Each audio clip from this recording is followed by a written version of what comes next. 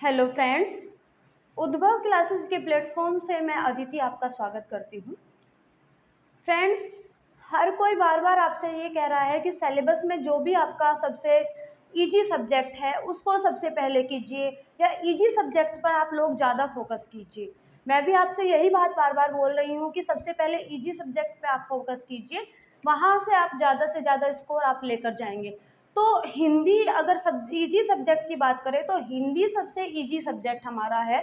लेकिन यहाँ भी क्या होता है कि कई बार हम लोग गलती कर जाते हैं और हमें समझ में नहीं आता, जो सबसे इजी क्वेश्चन होता है उसे ही हम गलत कर जाते हैं। तो आज से हम क्या करेंगे, आज से हम हिंदी की क्लासेस लेके आएंगे और हिंदी की क्लासेस लेने के साथ साथ उनके शॉर्ट नोट्स भी हम तैयार करेंगे।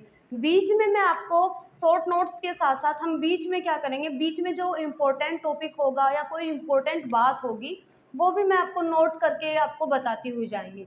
तो सबसे पहले जो हमारा आज का पहला टॉपिक होगा हिंदी ग्रामर का, तो हमारा टॉपिक होगा हिंदी वर्णमाला। तो हिंदी वर्णमाला में सबसे पहले हम वर्णमाला को जान लेते हैं कि वर्णमाला होता क्या है।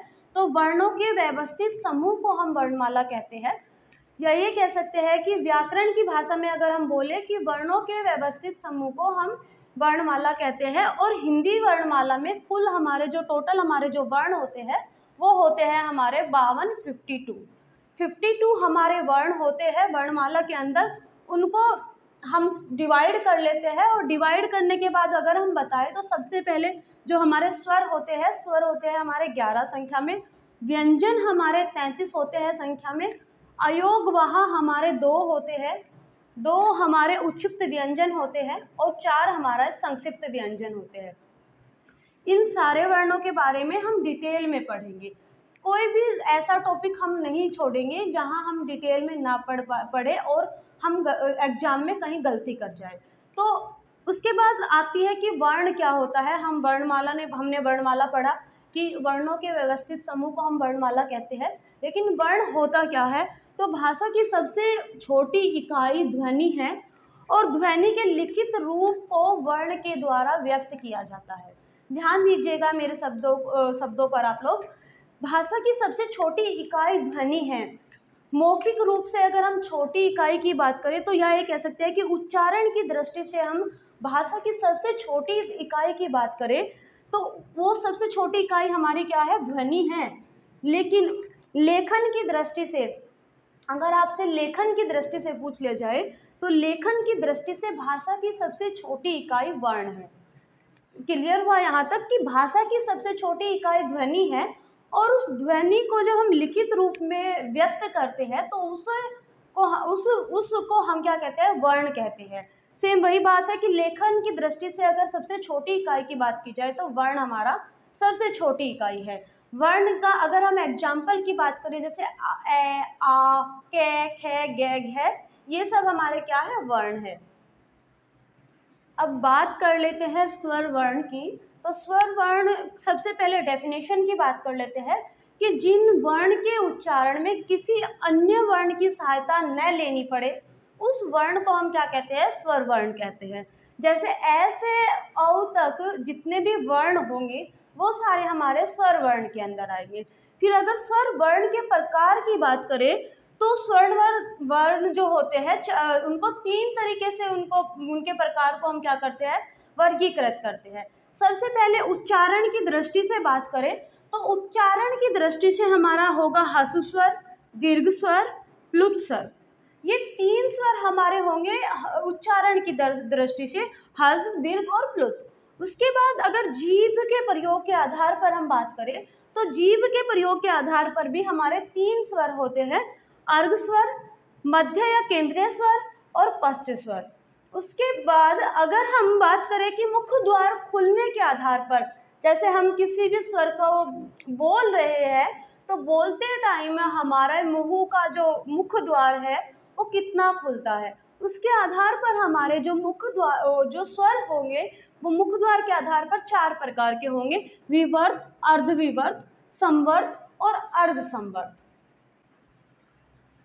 अब उच्चारण की दृष्टि से जो हमारे स्वर है उनको डीपली स्टडी कर लेते हैं, डिटेल में उनको पढ़ लेते हैं। सबसे पहले ह्रस्व स्वर की बात करते हैं। जिस स्वर के उच्चारण में बहुत कम समय लगे, बहुत थोड़ा सा टाइम लगे, उस स्वर को क्या कहेंगे हम? उस स्वर को हम ह्रस्व स्वर कहेंगे। ये स्वर जो होते हैं ये संख्या में 4 होते हैं, और 4 कौन-कौन से होते हैं? ए, ई, उ और री। ये 4 स्वर जो हमारे हैं वो ह्रस्व स्वर के अंदर आएंगे। कई बार क्वेश्चन पैराग्राफ में भी पूछ लिया जाता है, जैसे उ वर्ण आ गया, ए वर्ण आ गया, कि उ वर्ण या ए वर्ण ये किस स्वर का भेद है या किस स्वर के अंदर आता है, तो यहाँ हम फिर उसका इजीली आंसर दे सकते हैं। फिर है हमारा दीर्घ स्वर। दीर्घ स्वर जिसके उच्चारण में ह्रस्व स्वर के से दुगना समय लगे। जिस स्वर में ह्रस्व स्वर से क्या है? दुगना समय लगेगा जिस स्वर के उच्चारण में, उस स्वर को हम क्या कहेंगे? दीर्घ स्वर कहेंगे। ये संख्या में कितने होते हैं? ये संख्या में 7 होते हैं। कौन कौन से होते हैं? आ, ई, उ, बड़ा उ जिसको आप बोलते हैं, ए, ऐ, ओ, औ। ये 7 वर्ण जो है हमारे, ये 7 वर्ण हमारे दीर्घ स्वर के अंदर आएंगे। उसके बाद आता है हमारा प्लुप्त स्वर। तो प्लुप्त स्वर क्या होता है? जिन स्वर्ण के उच्चारण में ह्रस्व स्वर से 3 गुना समय लगे, उस स्वर को हम क्या कहते हैं? प्लुप्त स्वर कहते हैं। और इन स्वर के आगे हिंदी की गिनती का अंक 3 लिखा जाता है। एक और इम्पोर्टेंट बात कि इनका प्रयोग नाटक के संवाद में किया जाता है। कौन से स्वर को? प्लुप्त स्वर का जो प्रयोग है वो, उसका प्रयोग हम नाटक के संवाद में करते हैं। जैसे ओम, भैया, तो उसमें क्या होता है? हम थोड़ा खींच के ले जाते हैं, तो इसको बोलने में क्या है? हमारा ह्रस्व स्वर से 3 गुना समय लगता है। और इसका जो प्रयोग करते हैं, इसका प्रयोग हम नाटक के संवाद में करते हैं। जीभ के प्रयोग के आधार पर स्वर की बात कर लेते हैं। सबसे पहले अग्र स्वर की बात करेंगे कि अग्र स्वर क्या होता है।